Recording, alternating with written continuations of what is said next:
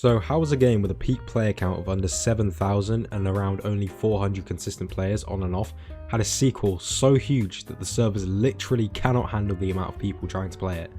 With an estimated 4 million copies sold overall from today, which I don't know if that's an accurate number, but it's what the internet said, so I'll just go with that, and a server cap of around 450,000, this might be one of the most successful game releases of a lesser known company in years, matched only on first thought with Lethal Company. So how did this top-down, near unknown shooter defense game become a global hit with many people calling it their game of the year? And I haven't even said that yet, but of course I'm talking about Join the Helldivers, the galaxy's last line of offense. Now, this success is nothing short of a miracle.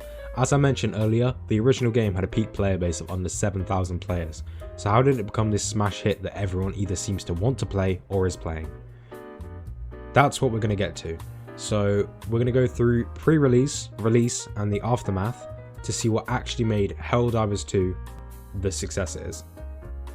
Together, they fight for freedom. Will you? Now, before we get into Helldivers 2, let's first look at the original, Helldivers 1.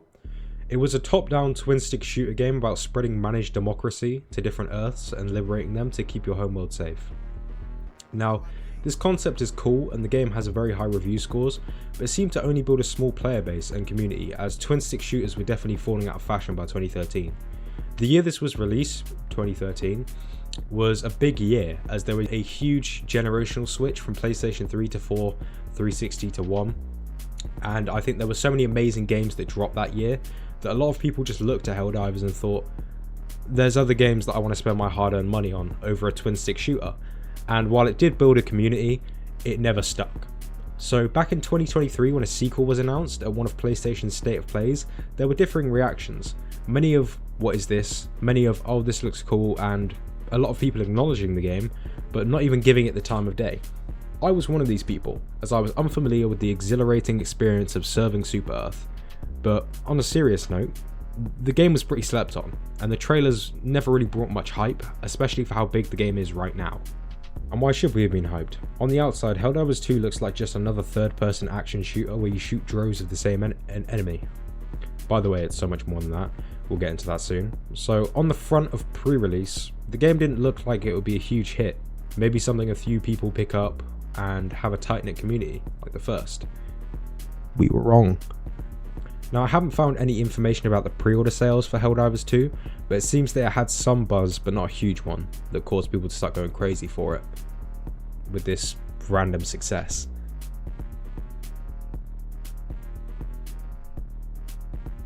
Now, release day, I also don't have the sales information, but something peculiar happened.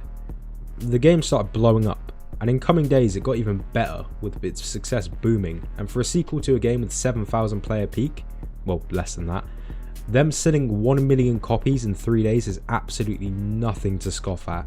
The momentum has only been up from here, with as of today, they have sold over 4 million copies in less than 2 weeks of release, which is absolutely phenomenal for any game, and a magical release for a game like this.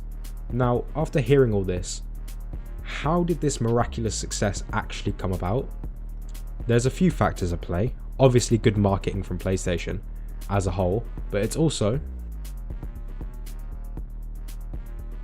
Now, after Helldivers 2 was released and people got familiar with the game, they realised that the community is a huge part of Helldivers 2, with the main concept being a space force trying to defend their homeworld by liberation. This is a really unique concept in execution, as there are many set planets with more to come, but with this you can choose as a community what to liberate, and thus making it so if people focus on bugs, the robots will become stronger and eventually attack the main homeworld. Or if we all keep dying, new factions will be introduced. Now, this sense of a community effort is something that we've seen in games before with community challenges, but not to this level. And it feels so refreshing to actually have, because with a lot of online shooters it feels like if you aren't good, you're pretty worthless. And that limits fun, but in Helldivers every kill counts and contributes to the community's effort. So it feels like a friendly workforce where we're all working together towards one goal. And the fact it's so community focused makes it great for friend groups where all 4 of you spend 30 quid and gear up to fight the armies. And that's probably why sales are so high at this point. A quick side rant for the quality of this game, by the way, and how fun it is. all for 30 quid. This feels like such an easy purchase. Like I've spent 70 quid in the last few years on games that are just terrible and so disappointing. But for the price, this really is a no-brainer.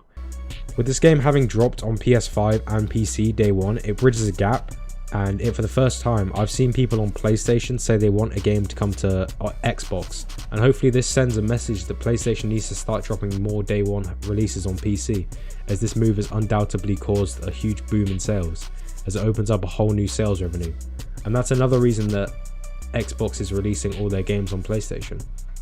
All of this combined with the stellar graphics, gripping fun gameplay, and sense of urgency to play has made the game an absolute smash hit with, as I said, 4 million copies sold in less than 2 weeks.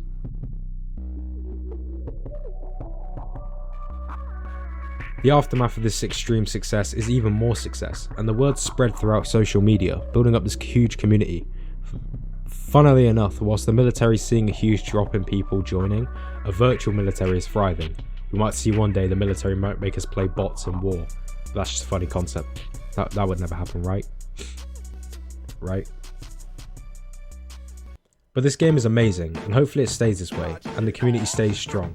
Obviously it will die down in time, but I feel if they can keep going in the route that they're going in, the game can remain a staple of multiplayer gaming. And that is Helldiver's weird success. Let me know what you think. Do you like the game? Do you love it? Do you hate it? Let me know. I still don't know how to end videos, so thank you so much if you are still watching. Love you. Shout out like life and shit. Thank you, base god. Goodbye.